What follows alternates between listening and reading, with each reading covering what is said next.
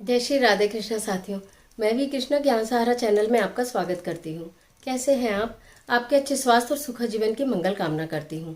आपके अपने इष्ट देवों को कोटि कोटि नमन करते हुए, बड़ों को प्रणाम करते हुए वीडियो प्रारंभ करते हैं। साथियों, माता से कह दो कि मेरी समस्या विकट है और समस्या से कह दो कि मेरी माता निकट है। हो नहीं सकता कि कोई समस्या आपके सामने आ जाए, लेकिन समस्याएं फिर भी आती हैं, चाहे शारीरिक हो, मानसिक हो, पारिवारिक हो या सामाजिक हो। तो आज बात करेंगे शारीरिक समस्याओं की। आज की वीडियो में बताने जा रही हूँ कि अगर पूजा के दौरान या पूजा के समय या 9 दिन के नवरात्रों के बीच में यदि पीरियड आ जाते हैं तो किस प्रकार आप अपनी पूजा को संपन्न करें कि आपके मन में चिंता ना हो और आप किसी बिना परेशानी के जो आप करना चाहती हैं वो कर सकें। तो चलिए झटपट वीडियो प्रारंभ कर लेते हैं, लेकिन उससे पहले चैनल पर नए आए हैं तो चैनल को सब्सक्राइब करना बिल्कुल मत भूलिएगा और बेल आइकन का बटन जरूर दबाइएगा, जिससे आने वाली वीडियोस का नोटिफिकेशन आपको मिले सबसे पहले। स्त्री धर्म में ये एक छोटी सी प्रॉब्लम है कि जब हमारा पूजा का समय आता है, चाहे हम कोई भी पूजा कर रहे हो, 1 दिन की 2 दिन की होती है तो फिर भी निप जाती है, 9 नवरात्रों का टाइम आ रहा हो और हमें ये शंका हो कि हमारा पीरियड आने वाला है, तो हम किस प्रकार पूजा करें, किस प्रकार हम पाठ करें, जोत जलाएं ना जलाएं, व्रत रखें ना रखें, पूजा करें ना करें, पाठ करें ना करें। सारी समस्याओं का एक ही समाधान ये है कि आपको यदि ऐसा मालूम है कि 13 तारीख को नवरात्रे शुरू होंगे, 21 को खत्म होंगे, इस बीच में मेरी डेट आ सकती है, कंफर्म नहीं है, कोई बात नहीं। अगर आपको लगता है कि जब नवरात्रे चल रहे स्टार्ट ही होंगे तो मेरी डेट चल रही होगी, या आपको ऐसा लगता है कि जब नवरात्रे खत्म होने वाले हो कहीं मेरी डेट ना आ जाए, या आपको ऐसा लग रहा है कि नवरात्रे के बीच में ही मेरी डेट तो आना निश्चित है, इन 9 दिन के बीच में कभी भी मेरे साथ ये परेशानी आ सकती है, तो बिल्कुल परेशान होने की ज़रूरत नहीं। सबसे पहली बात तो मैं बता दूं कि ये एक शारीरिक प्रक्रिया है, माँ गृहस्थन है, माँ सब जानती है। दूसरी बात, यदि आपको इस तरह का कोई अंदेशा है तो पहले ही आप कुछ पूजन सामग्री यानी कि थोड़ा सा घी, थोड़ी सी लौंग, थोड़ी सी सिपारी और थोड़ा सा पंचमेवा का भोग मंदिर में रख कर आ जाइए, पुजारी जी को देकर आ जाइए।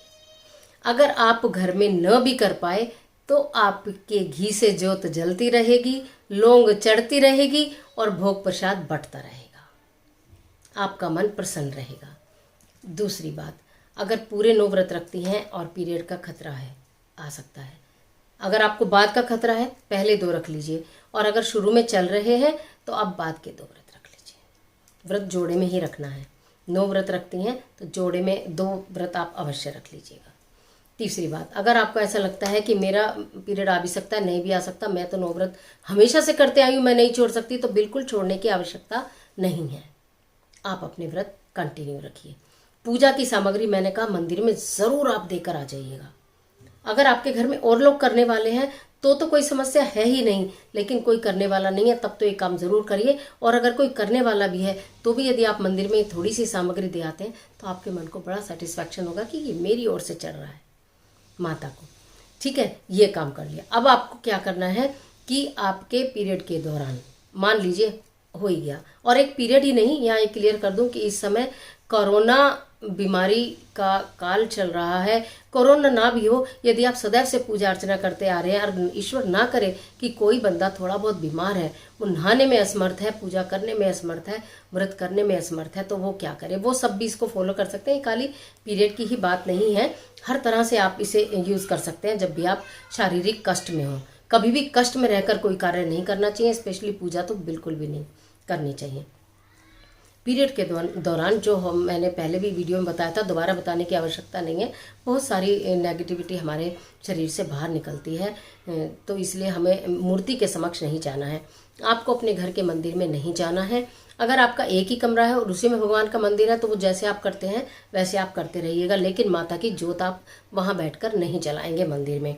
व्रत आप रख सकते हैं, अपना फलहार स्वयं ना बनाए, अगर कोई घर में है तो आप उससे बनवा कर खा लीजिएगा, और यदि कोई घर में नहीं है और आपको पता है मेरी डेट आने वाली है तो कुछ सामग्री ऐसी आप अवश्य रखिएगा जिससे कि आप खा सकें।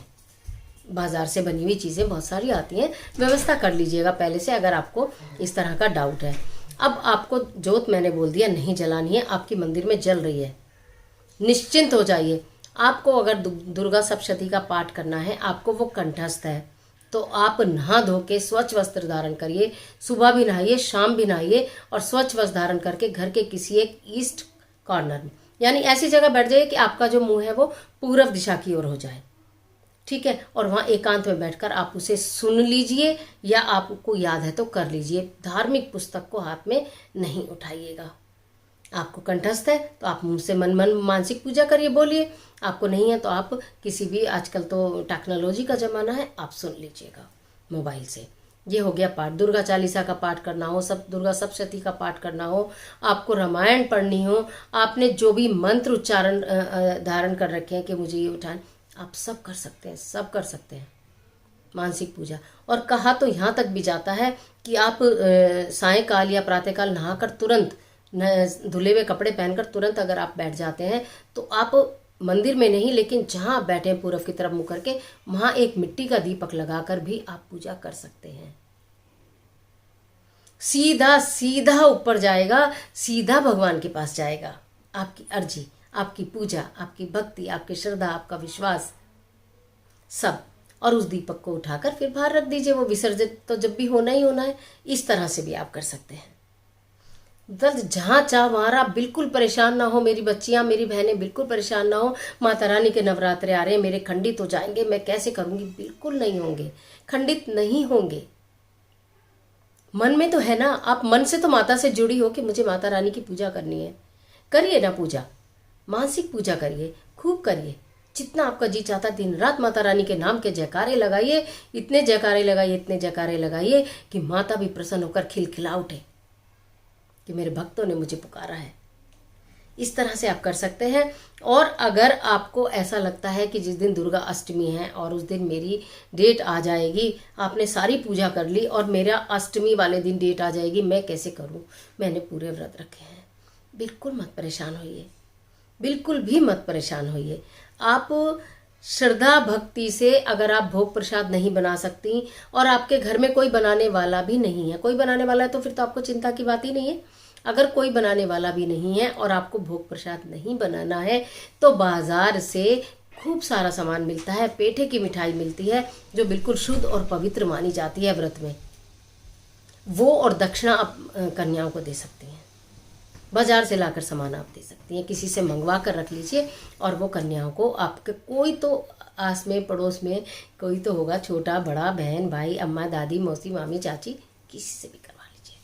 लेकिन परेशान कतई मत होइए। पीरियड आ जाए तो भी, बीमारी है तो भी, मानसिक पूजा आपको करनी है, जैसे मैंने बताया, आसन लगा के अलग कमरे में बैठकर एक मिट्टी का दीपक लगाकर भी कर सकते हैं, या मानसिक पूजा कर सकते हैं। व्रत नहीं छोड़ना, व्रत आप अपने जो भी आप करते आए हैं वो पूरे करिएगा। चाहे पहले का जोड़ा कर लिया, आखिर का जोड़ा, नो करना चाहते हैं नो कर लीजिए, बीच में व्रत बिल्कुल मत छोड़िएगा। तो आज के लिए इतना ही, मुझे दीजिए इजाजत। मिलती हूँ एक और महत्वपूर्ण वीडियो के साथ। ये आप लोगों की समस्याओं का निश्चित समाधान करेगी और आपका मन निश्चित खुश हो जाएगा। और बेफिक्र होकर नवरात्रों के आप व्रत करिए, पूजन करिए, महामाई की पूजा और आराधना कीजिए, उनसे मनवांछित वर की प्राप्ति कीजिए। मिलती हूँ महत्वपूर्ण वीडियो के साथ। तब तक हंसते रहिए, मुस्कुराते रहिए, अपना और अपने अपनों का ख्याल कीजिए। वीडियो अच्छी लगे तो लाइक कीजिए, कमेंट बॉक्स में जय माता दी लिखना बिल्कुल मत भूलिएगा। ईश्वर आपकी मदद करे।